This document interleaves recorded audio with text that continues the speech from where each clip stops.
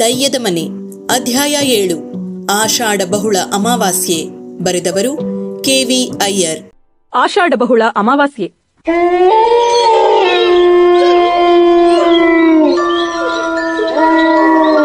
ಆಷಾಢ ಬಹುಳ ಚತುರ್ಥಿ ದಿನವೇ ಮೇಲಿನ ಮಾತುಕತೆಯೆಲ್ಲ ನಡೆದು ಪುಟ್ಟಮಲ್ಲ ಒಪ್ಪಿಕೊಂಡದ್ದು. ಇದರಲ್ಲಿ ಮಾತಿಗೆ ತಪ್ಪುವವರು ಯಾರೂ ಇರಲಿಲ್ಲ. ಆ ರಾತ್ರಿಯೇ ಮನೆಗೆ ಬರುವಾಗ ಸುಬ್ಬಯ್ಯ ನನ್ನ ಹತ್ತಿರ ಕೈ ಮೇಲೆ ಕೈ ಹಾಕಿಸಿಕೊಂಡು, ಯಾರತ್ರದಲ್ಲೂ ಈ ಸುದ್ದಿ ಎತ್ಕೂಡ್ದು, ಯಾವ ಕಾರಣಕ್ಕೂನುವೆ ಯಾರತ್ರನೂ ಬಾಯ್ ಬಿಡ್ಕೂಡ್ದು ಅಂತ ಗದರಿಸಿ ಭಾಷೆ ತೆಗೆದುಕೊಂಡ. ಸುಬ್ಬಯ್ಯ ಹೆದರಿಸಿಯೂ ಬಿಟ್ಟ ನನ್ನನ್ನ. ಈ ಸುದ್ದಿ ನಿನ್ನಿಂದೇನಾರ ಯಾರ್ಗಾರ ಹೊರಬರ್ಬೇಕಲ್ಲ, ಊತೆ ಹಾಕ್ಬಿಡ್ತೀನಿ ನಿನ್ನ ಏನಾ ಎಂದೆಲ್ಲ ಗದರಿದ್ದ. ಸುಬ್ಬಯ್ಯನಲ್ಲಿ ನನಗೆ ವಿಶೇಷ ಗೌರವ, ಅಷ್ಟೇ ಹೆದರಿಕೆ ಕೂಡ. ಸುಬ್ಬಯ್ಯ ಒಂದು ತರಹ ಖದೀಮ. ಒಳ್ಳೆ ಮಾತಿಗೆ ಬಂದರೆ ಅವನಂತಹ ಒಳ್ಳೆಯ ಮನುಷ್ಯನೇ ಇಲ್ಲ. ತನ್ನ ಜೀವ ಬೇಕಾದರೂ ತೆರುತ್ತಾನೆ. ಸಮಯಕ್ಕೆ ಸರಿಯಾಗಿ ನ್ಯಾಯವಿಲ್ಲದ ಕಡೆ ತನ್ನ ಜೀವನೇ ಆಗಲಿ ಅಥವಾ ಇತರರ ಜೀವವೇ ಆಗಲಿ ಅವನಿಗೆ ಲೆಕ್ಕವೇ ಇರುವುದಿಲ್ಲ. ಹೀಗಾಗಿ ಸುಬ್ಬಯ್ಯ ಅಂದರೆ ನಮ್ಮ ಪೇಟೆಗೆ ಗೌರವ, ಭಯ ಒಟ್ಟೊಟ್ಟಿಗೆ. 10 ದಿನ ಕಳೆದು ಹೋಯಿತು. ಅಮಾವಾಸ್ಯೆ ಬಂದೇ ಬಿಟ್ಟಿತು.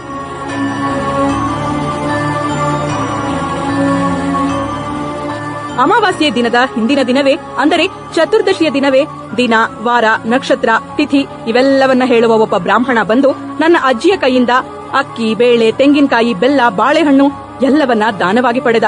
ಜೊತೆಗೆ ಹೇಳಿದ, ಅಜಮ್ಮ, ನಾಳೆ ಭಾನುವಾರ, ಸಂಪೂರ್ಣ ಅಮಾವಾಸ್ಯೆ, ಮೂಲ ನಕ್ಷತ್ರ, ಸೂರ್ಯಗ್ರಹಣ, ಗ್ರಸ್ತ 6:30 ಗಂಟೆಗೆ, ಮೋಕ್ಷ 9:15 ಗಂಟೆಗೆ, ಶುದ್ಧ ಮಂಡಲ ದರ್ಶನ 9:15 ಗಂಟೆಗೆ.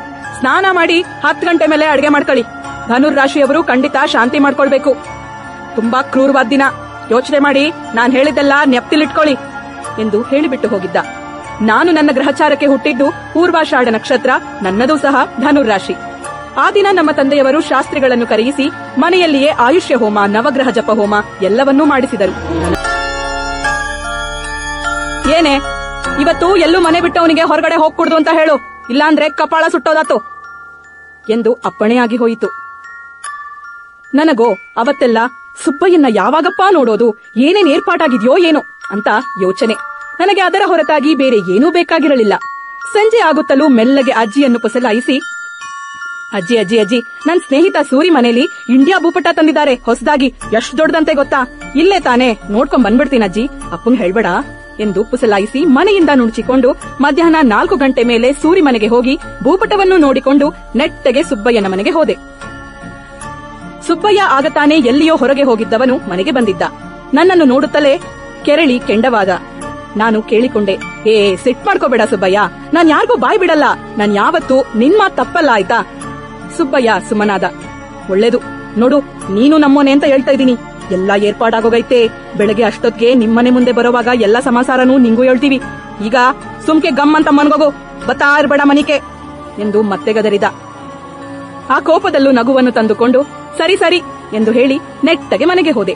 ನಾನು ಬೇಗ ಮನೆಗೆ ಬಂದದ್ದು ನೋಡಿ ನಮ್ಮ ಅಜ್ಜಿಗೂ ಬಹಳ ಸಂತೋಷವಾಯಿತು. ಮಗನ ಕೈಯಿಂದ ಮತ್ತೆ ಆಶೀರ್ವಾದ ತಪ್ಪಿತಲ್ಲ ಎಂಬುದು ಆಕೆಯ ಖುಷಿ. ಆ ದಿನ ಮಧ್ಯಾಹ್ನ ಹೊತ್ತು ಕಳೆದು ಊಟ ಮಾಡಿದ್ದರಿಂದ ರಾತ್ರಿ ಏನೂ ಊಟ ಮಾಡದೆ ಮಲಗಿಕೊಂಡೆ. ಯೋಚನೆಯೆಲ್ಲ ಸುಬ್ಬಯ್ಯನ ಮನೆಯಲ್ಲಿ, ಆ ಹಾಳು ಬಿದ್ದ ಮನೆಯಲ್ಲಿ ಸುತ್ತುತ್ತಿತ್ತು. ಏನು ಮಾಡಿದರೂ, ಹೇಗೆ ಹೇಗೆ ಮಲಗಿಕೊಂಡರೂ ನಿದ್ರೆಯೇ ಬರುತ್ತಿಲ್ಲ. ನಮ್ಮ ಮನೆಯಲ್ಲಿ ಆಗ ಒಂದು ಬಿ ಟೈಮ್ ಪೀಸ್ ಇತ್ತು. ಅದನ್ನು ತಲೆದೆಸೆಯಲ್ಲಿಟ್ಟುಕೊಂಡು 5 ನಿಮಿಷಕ್ಕೆ 10 ನಿಮಿಷಕ್ಕೆ ಒಂದೊಂದು ಸಲ ನೋಡುವುದಕ್ಕೆ ಶುರು ಮಾಡಿದೆ. ಮನೆಯವರೆಲ್ಲ ಮಲಗಿ ದೊಡ್ಡವರು ಗೊರಕೆ ಹೊಡೆಯುವುದಕ್ಕೂ ಶುರುವಿಟ್ಟರು. ನನಗಂತೂ ನಿದ್ದೆಯೇ ಬರಲಿಲ್ಲ. ಗಡಿಯಾರದ ಟಿಕ್ ಟಿಕ್ ಎಲ್ಲಾ ಎಣಿಸಿದೆ. 10 ಹೊಡೆಯಿತು. ಕೆಲವೇ ನಿಮಿಷಗಳಲ್ಲಿ 11 ಹೊಡೆದ ಅನುಭವ. ನಿದ್ರೆ ಬಂದಿತ್ತೋ ಇಲ್ಲವೋ ಗೊತ್ತಿಲ್ಲ. ನನ್ನ ಮನಸ್ಸಿನಲ್ಲಂತೂ ಯೋಚನೆಗಳು ಶುರುವಾದವು. ಇಷ್ಟು ಹೊತ್ತಿಗೆ ಎಲ್ಲರೂ ಸುಬ್ಬಯ್ಯನ ಮನೆಯಲ್ಲಿ ಸೇರಿರ್ತಾರೆ. ಮಾತುಕತೆಗಳು ನಡೆದಿರಬಹುದು. ಅಗೋ ಪುಟ್ಟಮಲ್ಲ ಹೊರಟ ಸುಬ್ಬಯ್ಯನ ಮನೆಯಿಂದ. ಜೊತೆಯಲ್ಲಿ ಸುಬ್ಬಯ್ಯನು ಹೋಗ್ತಾ ಇದ್ದಾನೆ. ಇನ್ನೇನು ನಮ್ಮ ಮುಂದೇನೆ ನಡೆದು ಹೋಗ್ತಾರೆ. ನಡೆದು ಹೋಗುವ ಶಬ್ದ ಕೇಳಿ ಬರ್ತಾ ಇದೆ. ಹೆಜ್ಜೆಗಳು ಹತ್ರವೇ ಬಂದ ಹಾಗೆ ಅನ್ನಿಸ್ತಾ ಇದೆ. ಅದೋ ಅವರೇ ನಡೆದು ಹೋದ್ರು. ನನಗೆ ಚೆನ್ನಾಗಿ ಗೊತ್ತಾಯ್ತು. ಚೆನ್ನಾಗಿ ಅವರ ಹೆಜ್ಜೆ ಗುರುತು ಕೇಳಿಸ್ತಾ ಇದೆ. ಅರೆ ಅರೆ, ಮನೆ ದಾಟಿ ಮುಂದಕ್ಕೆ ಹೊರಟೋದ್ರಲ್ಲ. ಹೊರಟೇ ಹೋದ್ರು. ಓಹೋ, ಈಗ ಹೆಜ್ಜೆ ಸದ್ದು ಕೂಡ ಕೇಳ್ತಾ ಇಲ್ಲ. ಏನಾಗ್ತಿದ್ಯೋ ಏನೋ. 5 ನಿಮಿಷ. ಇಷ್ಟು ಹೊತ್ತಿಗೆ ಆಂಜನೇಯನ ದೇವಸ್ಥಾನದ ಹತ್ರ ಬಂದಿರ್ತಾರೆ.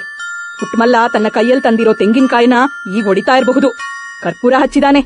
ಕೈ ಮುಗಿದ. ಈಗ ಕಣ್ಮುಚ್ಚಿ ಧ್ಯಾನ ಮಾಡ್ತಿದ್ದಾನೆ. ಎಷ್ಟೇ ಧೈರ್ಯಸ್ಥನಾದ್ರೂ ಎಲ್ಲೋ ಒಂದ್ ಕಡೆ ಭಯವೇನೋ. ಮುಂದಕ್ಕೆ ಹೋಗ್ತಿದ್ದಾರೆ. ಜೊತೆನಲ್ಲಿ ಸುಬ್ಬಯ್ಯನೂ ಇದ್ದಾನೆ. ಅವರಿಬ್ರು ಜೊತೆಲಿ ಹೋಗ್ತಾ ಇದ್ರೆ ತಂದೆ ಮಗ ಹೋದ ಹಾಗೆ ಕಾಣ್ತಿದೆ. ಕಮಲಾ ಛತ್ರದ ಹತ್ರಕ್ಕೆ ಹೋಗಿದ್ದಾಯ್ತು. ಸುಬ್ಬಯ್ಯ ಧೈರ್ಯ ಹೇಳ್ತಾ ಇದ್ದಾನೆ. ಈಗೋ ಕಮಲಾ ಛತ್ರದ ಹತ್ರ ನಿಂತ್ಕೊಂಡು ಇಬ್ರು ಮಾತಾಡ್ಕೊಳ್ತಾ ಇದ್ದಾರೆ. ಪುಟ್ಟಮಲ್ಲ ಸುಬ್ಬಯ್ಯನ ಕೈಯಿಂದ ಮೊಳೆಗಳನ್ನ ತಗೊಂಡ. 12 ಗಂಟೆಗೆ ಬರೀ 6 ನಿಮಿಷ ಇದೆ ಅಷ್ಟೇ. ಪ್ರತಿ ಹೆಜ್ಜೆನೂ ಜೋರಾಗಿ ಕೇಳ್ತಾ ಇದೆ. ಸುಬ್ಬಯ್ಯ ಹೇಳ್ತಾ ಇದ್ದಾನೆ, ಪುಟ್ಮಲ್ಲ ಭಯ ಪಡ್ಬೇಡ, ನಾನಿಲ್ಲೇ ಕಾಯ್ತಾ ಇರ್ತೀನಿ. ಬೇಗ ಈ ಮೊಳೆಗಳನ್ನ ಒಡೆದು ಬಂದ್ಬಿಡು. ನರಸಿಂಹದೇವ್ರನ್ನ ಧ್ಯಾನ ಮಾಡ್ತಾ ಹೋಗು. ಈಗೋ ನಿನ್ನೆತ್ತಿಲಿ ಆಂಜನೇಯನ್ ಭಂಡಾರನೂ ಇದೆ. ಕುತ್ತಿಗೆ ತಾಬೀಜ್ನಲ್ಲಿ ಆಂಜನೇಯನೇ ಇದ್ದಾನೆ. ಯಾವ ಭಯ ನಿನಗ್ಯಾಕೆ? ನಿನ್ ಕೂದ್ಲು ಅಲ್ಲಾಡಕಿಲ್ಲ. ಬೇಗನೆ ಬಂದ್ಬಿಡು. ನಿನಗಿಲ್ಲಪ್ಪ ಭಯ, ನನಗೈತಲ್ಲ. ನಾನಿಲ್ಲಿ ಕಾಯ್ತಾ ಇರ್ತೀನಿ. ದಾರಿ ತಪ್ಪಿ ಅತ್ಲಾಗಿತ್ಲಾಗ್ ಹೋಗ್ಬಿಡ್ಬೇಡ ಮತ್ತೆ. ಮುಂದೆ ಮುಂದೆ ಹೊರಟ ಪುಟ್ಟಮಲ್ಲ ಇವನ ಮಾತುಕತೆ ಸಾಕ್ತಾನೆ ಇದೆ. ಜೈ ಹನುಮಾನ್ ಜೈ ಹನುಮಾನ್ ಎನ್ನುತ್ತಾ ಕಮಲಾ ಛತ್ರದ ಪಕ್ಕದ ಓಣಿಲೆ ಹೊರಟ. ಕೆರೆ ಮೇಲೆ ಏರಿ ಹೋಗೋದಿಕ್ಕೆ ಈಗ ಪುಟ್ಟಮಲ್ಲ ಮೆಟ್ಲು ಹತ್ತಾ ಇದ್ದಾನೆ. ಹತ್ತಿದ 8 ಮೆಟ್ಲು ಹತ್ತೋದೆಷ್ಟೊತ್ತು. ಹೊರಟಿದ್ದಾನೆ ಬಲಕ್ಕೆ ತಿರುಗಿಕೊಂಡು. ಈಗ ನೀರು ಪುಚ್ಚಿಕಾಯಿ ಗಿಡಗಳನ್ನ ದಾಟಿದ್ದಾನಲ್ಲ, ಇನ್ನೇನು 5 ಹೆಜ್ಜೆ ಗೋಣಿ ಮರಕ್ಕೆ. ಅಲ್ಲಿಂದ ಬಲಗಡೆ ತಿರುಗಿದ್ರೆ, ಅಯ್ಯೋ ಬಲಗಡೆ ತಿರುಗಿದ್ರೆ ಅನ್ನೋಷ್ಟರಲ್ಲಿ ತಿರುಗೇ ಬಿಟ್ನಾ. 12 ಗಂಟೆ ಆಗೇ ಹೋಗಿದೆ. ಯಪ್ಪ ಏನಿದು ಈ ತರ ಕತ್ಲು? ಕತ್ಲು ಅನ್ನಲ್ಲ ಇದನ್ನ, ಕಗ್ಗತ್ಲು.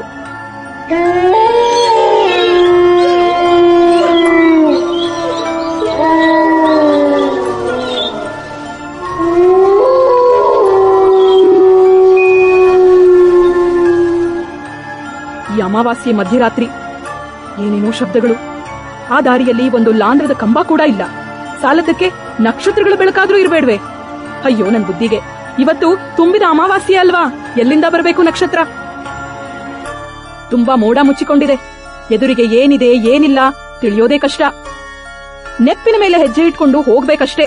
ದಾರಿನಲ್ಲಿ ಬೇಕಾದಷ್ಟು ಹಾವುಗಳು, ಕ್ರಿಮಿಕೀಟಗಳು, ಏನೇನಿದೆಯೋ.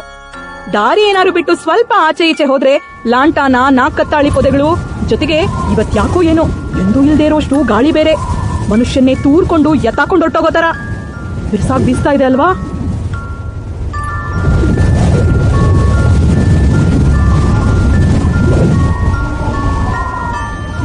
ಪುಟ್ಟಮಲ್ಲ ದಿಟ್ಟ.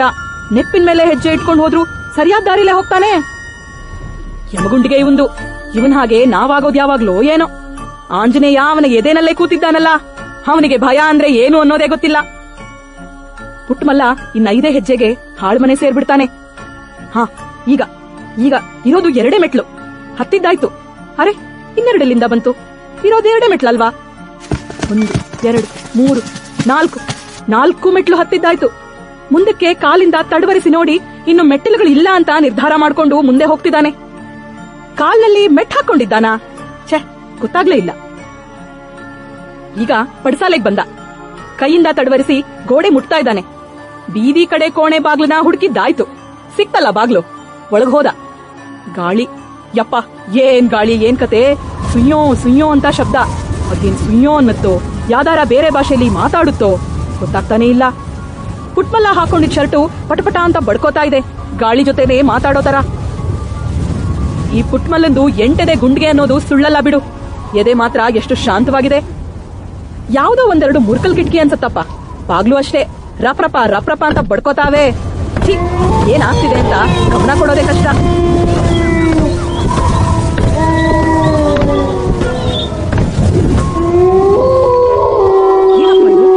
ಎಷ್ಟೋ ಸಾವಿರಾರು ಹಕ್ಕಿಗಳು ಒಟ್ಟೊಟ್ಟಿಗೆ ಹತ್ರ ಬಂದ ಹಾಗಾಗ್ತಿದೆ.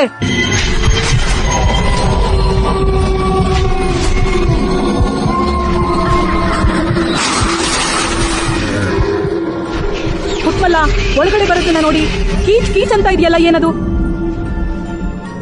ರೆಕ್ಕೆ ಬಡಿತಾ ಬಡಿತಾ ಆಚೆ ಈಚೆ ಹೊರಟೋದ್ವಾ? ಮನೆ ಮೇಲೋ ಅಥವಾ ಎದುರುಗಡೆ ಇರೋ ಹುಣಸೆ ಮರದ ಮೇಲೋ ಹೊರಟೋದ್ವಾ?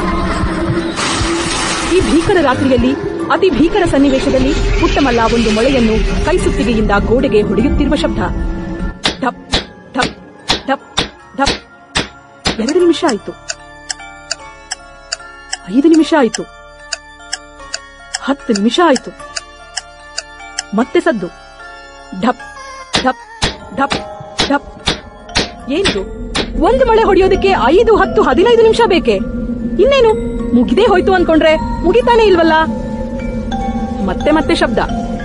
ಢಪ್ ಢಪ್ ಢಪ್ ಅರ್ಥವೇ ಆಗ್ತಿಲ್ಲ. ಏನಿದು 10 ನಿಮಿಷ ಆದ್ರೂ ಇನ್ನೂ ಒಂದೇ ಮಳೆ ಹೊಡಿತಾ ಇದ್ದಾನಲ್ಲ ಈ ಪುಟ್ಮಲ್ಲ. ಅಷ್ಟರಲ್ಲಿ ನನ್ನ ಅಜ್ಜಿಗೆ ಎಚ್ಚರವಾಗಿ, ಯಾಕೋ ಎಂಟೇಸು, ಇನ್ನು ನಿದ್ದೆ ಮಾಡ್ಲಿಲ್ವೇನೋ? ದೀಪ ಅಷ್ಟು ದೊಡ್ಡದ್ ಮಾಡಿಟ್ಕೊಂಡ್ರೆ ನಿದ್ದೆ ಬರುತ್ತೇನೋ ಕಂದ. ಸಣ್ಣದ್ ಮಾಡಿ ದೂರ ಇಟ್ಟು ರಾಮ ಕೃಷ್ಣ ಅಂತ ಮಲ್ಕೊಳ್ಳೋ. ಅರ್ಧ ರಾತ್ರಿ ಕಳೆದಿದೆ, ಅಮಾಸೆ ಬೇರೆ, ಎಚ್ಚರ ಇರಬಾರ್ದು, ಮಲ್ಕೋ ಎಂದು ಗದರಿದಳು. ಪುಟ್ಟಮಲ್ಲನ ಜೊತೆಯಲ್ಲೇ ಹೋಗಿದ್ದ ನನ್ನ ಒಳಜೀವ ತಕ್ಷಣ ನನ್ನಲ್ಲೇ ಬಂದು ಸೇರಿಕೊಂಡಂತಾಯ್ತು.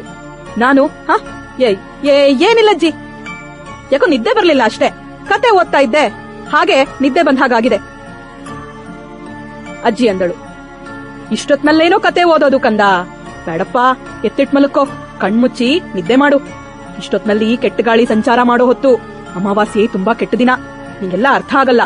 ನೋಡೋ, ನಾನೀಗ ದೀಪ ಚಿಕ್ಕದ್ ಮಾಡಿ ದೂರ ಇಡ್ತೀನಿ, ಈಗ ಮಲಕ್ಕೋಬೇಕು ಎಂದು ಹೇಳಿ ತಾನು ತನ್ನ ಪಾಡಿಗೆ ಮಲಗಿಕೊಂಡಳು. ನಾನು ಅವಳು ಹೇಳಿದ ಹಾಗೆ ದೀಪ ಚಿಕ್ಕದು ಮಾಡಿ ದೂರ ಇಟ್ಟು ಕಣ್ಮುಚ್ಚಿ ಮಲಗಿಕೊಂಡೆ. ಆದರೂ ಪುಟ್ಟಮಲ್ಲ ಇನ್ನೂ ಮೊಳೆ ಹೊಡಿತಾನೇ ಇದ್ದ. Duff Duff Duff Duff.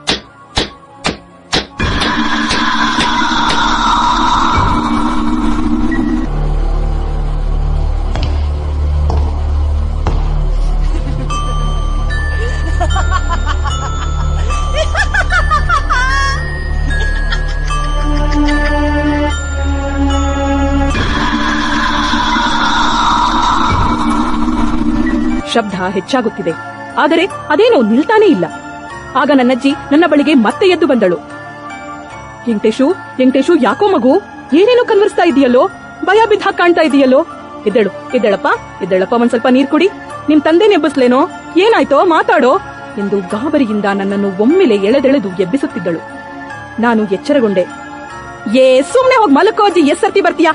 ನಾನ್ ಕನ್ವರ್ಸ್ತಾನೂ ಇಲ್ಲ, ನೆನವರಿಸ್ತಾನೂ ಇಲ್ಲ, ಏನೋ ಸ್ವಲ್ಪ ನಿದ್ದೆ ಬರ್ಲಿಲ್ಲ ಅಷ್ಟೇ, ಸುಮ್ನೆ ಹಿಂಸೆ ನಿಂದು ಎಂದು ಅವಳ ಮೇಲೆ ಒಂದೇ ಸಮನೆ ಕೂಗಾಡಿ ಪಕ್ಕಕ್ಕೆ ಹೊರಳಿ ಮಲಗಿಕೊಂಡೆ. ಅಜ್ಜಿ, ಯಾಕೋ ಎಂಟೇಸು ಒಂಥರ ಆಡ್ತಿದ್ದಾನಲ್ಲ, ಯಾವುದಕ್ಕೂ ಆಂಜನೇಯನ್ ರಕ್ಷೆ ಅವನ ಹಣೆ ಮೇಲಿರ್ಲಿ ಎಂದು ಹೇಳುತ್ತಾ ಅದೇನೋ ತಂದು ನನ್ನ ಹಣೆಗೆ ಬಳಿದು ತಾನು ಬಳಿದುಕೊಂಡು ಹರಹರ ಶಿವ ಎಂದು ಬಿದ್ದುಕೊಂಡಳು. ಆದರೆ ಢಪ್ ಢಪ್ ಶಬ್ದ ನಿಲ್ಲುತ್ತಲೇ ಇಲ್ಲ. ಪುಟ್ಟಮಲ್ಲ ಮಳೆ ಹೊಡಿತಿರುವ ಶಬ್ದವಾ ನನಗೆ ಹೇಗೆ ಕೇಳಿಸ್ತಾ ಇದೆ? ಆಗ ನನಗೊಂದು ಯೋಚನೆ ಮೊದಲಾಯಿತು. ನಾನು ಮಲಗಿರುವ ಸ್ಥಳಕ್ಕೂ ಆ ಹಾಳು ಬಿದ್ದಿರುವ ಮನೆಗೂ ಏನಿಲ್ಲವೆಂದರೂ 1 ಮೈಲಿ ದೂರದ ಮೇಲಾಗುತ್ತದೆ. ಪುಟ್ಟಮಲ್ಲ ಆ ಮನೆಯಲ್ಲಿ ಮೊಳೆ ಹೊಡೆಯುತ್ತಿದ್ದ ಶಬ್ದ ಇಲ್ಲಿ ನನ್ನ ಕಿವಿಗೆ ಹೇಗೆ ಕೇಳಿ ಬರುತ್ತಿದೆ? ನನಗೆ ಬಹಳ ಆಶ್ಚರ್ಯವಾಯಿತು. ಹೊರಳಿ ಎದೆ ಮೇಲಾಗಿ ಮಲಗಿಕೊಂಡೆ. ಅಕಸ್ಮಾತ್ತಾಗಿ ನನ್ನ ಬಲಗೈ ನನ್ನೆದೆಯ ಮೇಲಕ್ಕೆ ಹೋಯಿತು. ಸ್ವಲ್ಪ ಹೊತ್ತು ಅಲ್ಲಿಯೇ ಇತ್ತು. ಅಯ್ಯೋ, ಢಪ್ ಢಪ್ ಅಂತ ಇಷ್ಟು ಹೊತ್ತು ಬಡಿದುಕೊಂಡಿದ್ದು ನನ್ನದೇ ಎದೆನಾ? ನನ್ನ ಕೈಗಾಲು ನಡುಗುತ್ತಾ ಇದ್ದದ್ದು ತಿಳಿದು ಬಂತು. ಏನಿದ್ದರೇನು, ನಾನಂತ ಧೈರ್ಯಸ್ಥನಲ್ಲ ಅಂತ ಅರ್ಥವಾಯಿತು. ಕಣ್ಣು ಮುಚ್ಚಿದರೆ ಸಾಕು, ಭೀಕರವಾದ ವಿಕಾರವಾದ ಕನಸುಗಳು.